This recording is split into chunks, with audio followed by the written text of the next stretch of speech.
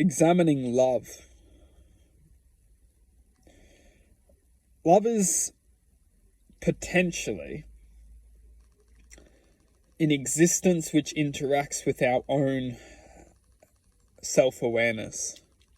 So say the self-awareness is the programming or the perceptual knowledge of which we believe or we've been taught to believe from a very young age. This conditioning is essentially the self-identity. The self-identity which believes and convinces itself of everything that which it knows and everything that it believes that it should develop and evolve to within this so-called experience which we identify as our lives. When we can start to open our minds, our belief systems, our possibilities, our truths, our consciousness to the knowledge that this is only a perception and the reality which we're experiencing is a perception. Now, this is where it starts to get interesting, is that love does not belong to us.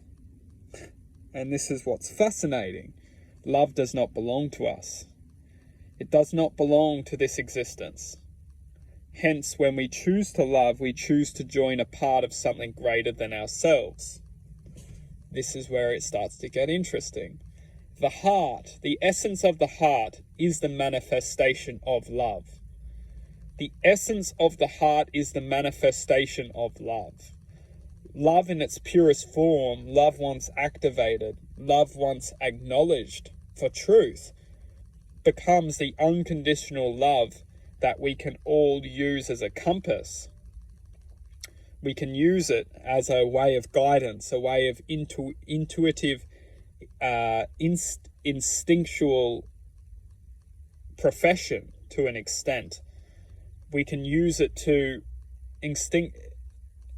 using our instincts, we can use this intuition to form a greater guidance towards acknowledging certain things which we must encounter, or not necessarily must, but we can awaken to the truth of our existence and what we've truly potentially come here to achieve. Now, going back a little bit, the heart has the essence or the vibrational code of it's essentially the heart is coding a frequency. When we're not feeling or have awakened the heart, it doesn't activate the frequency because it's not necessary, as the point of attention is not interacting with the heart. So imagine the human experience a Word document. Now, as we're going by in our reality, where the document is getting written, until we activate the heart won't do the writing. The heart won't do the typing. The mind will do the writing, and the mind will do the typing. Once the heart's activated, the mind stops doing the writing, and it stops doing the typing. The heart starts to activate, and it necessarily doesn't need to do writing or typing. It just starts to express its existence. A lot of the time before the heart opens, the mind will only write so we can read. Once the heart opens, the heart doesn't need to write because it naturally expresses the truth of our existence. We don't need to read, we start to express.